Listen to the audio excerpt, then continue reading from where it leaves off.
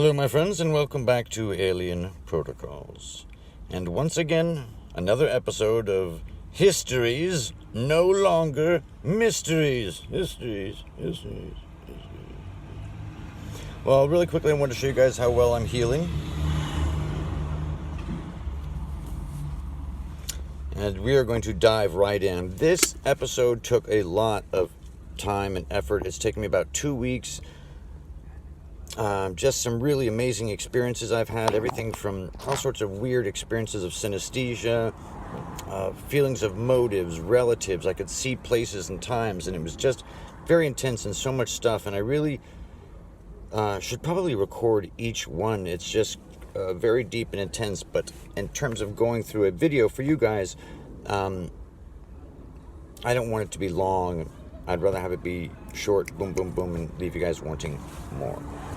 So we're going to start off right now with the Devonians. What was the deal with the Devonians? They're an early precursor of humans, they presume. It might be from the evolutionary tree, it might not. They've only found a tooth, and then recently they found a tiny piece of a jaw and a tooth. What's the deal with them, and why did they disappear?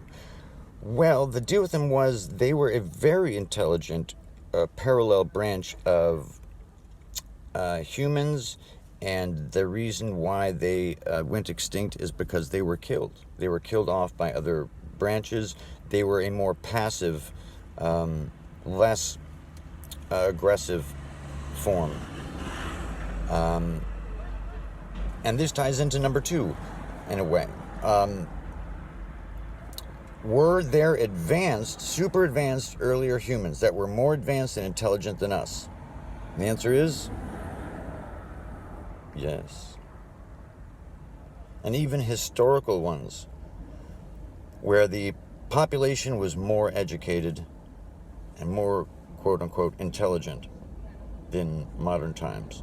Societies where they prized science and learning above all else.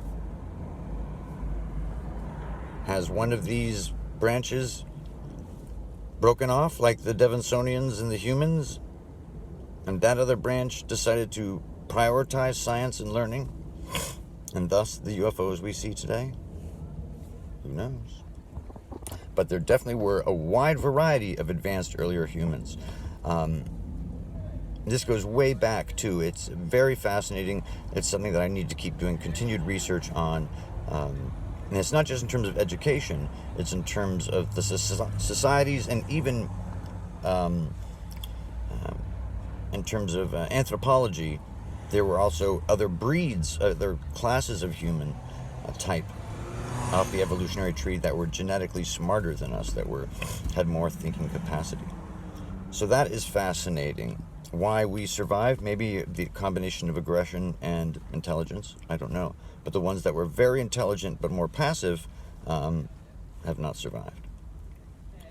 Number 3, is there a coming apocalypse? Yes, it's what I've talked about on our channel as a convergence of many different things happening at once. It's kind of like a domino, and then it starts going really bad. We are already in the middle of a mass extinction. Most people just don't even think about the fact that we're in the middle of a mass extinction. The consequences of that are so grave that we really have to just kick ourselves in the ass for being so ignorant as not to make this one of our biggest priorities. So when is the coming apocalypse? Is it less than 50 years? Yes. Is it less than 20 years? Yes. Is it a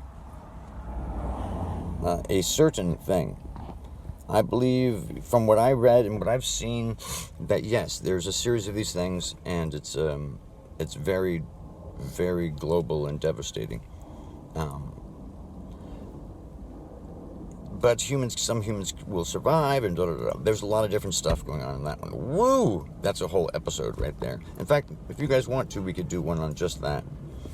And I could say where I got the different evidence from, etc. Loch Ness Monster, fake. It was done by Dr. and a kid, and that model, that rings completely true. We saw them giggling and laughing and everything.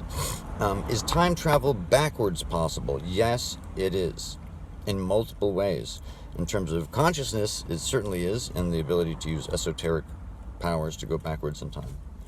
but also in science of the future, there is a way to go backwards in time. The John Lennon UFO, was it real? Did it really happen? Did he see a UFO out his window in the middle of New York City? Yes. Was it extraterrestrial? Or an advanced civilization? Yes.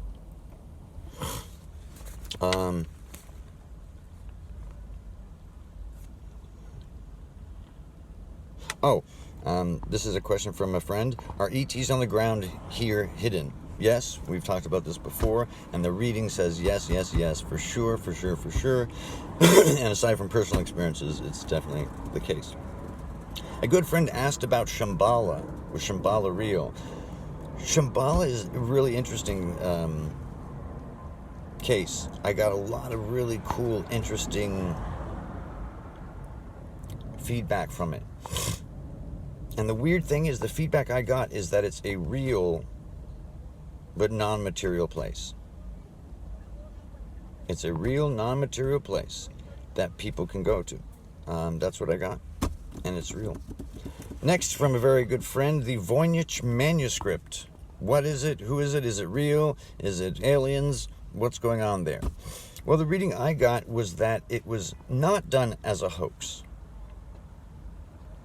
and that a lot of the writing in it is akin to when religious people speak in tongues.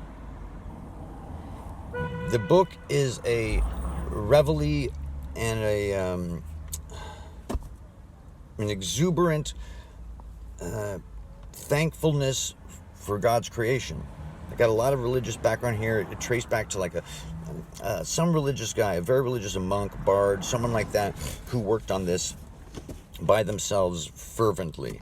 It was this person's mission to do this. And so it was it was a monk or something like that who, I'm sorry about the bouncing camera. There's not an earthquake in the Bronx. So it was done by a real person. A lot of the drawings and stuff are fanciful, but they're artistic expressions of religious meanings and specific meanings to the monk. So that's it. It's not a fake. It is real, and it had a real personal meaning. And finally, the Ark of the Covenant. Did it exist? Yes, it did exist. And does it exist? What happened to it? Well, we got a really weird one on this one. We got that the Ark of the Covenant did exist. It survived for a long period of time, and then it was destroyed by a king or someone during a capture. But there was a miracle that's not recorded anywhere, and they got the remnants of it, and they re-arced it, and it had powers and displayed indisputably that it was a miraculous events were happening around this reconstructed Ark of the Covenant. So it does exist. It's buried in a chamber, and the chamber's pitch black, and there's big bricks and large size bricks. Well, gang, that's 10. That took a long, long, long time to do all of those. And if there's any ones you'd like to know more information on, it would be a pleasure to dive into those for you. The next histories, no longer mysteries, I'm going to post on Patreon. It's going to be a mini bonus just for Patreon viewers, and anyone can watch it on Patreon for free. You don't have to be a member of my site. And it will contain the secrets of the Mary Celeste, Kenneth Arnold's UFOs, the Shroud of Turin, the Solway Spaceman, the Dancing Plague, and the Bermuda Triangle. If you would like some more on that list, I'm going to shoot that probably later on today. So if you have any ideas, please post them below. Much love to you and yours. And let's make a beautiful history. Much love.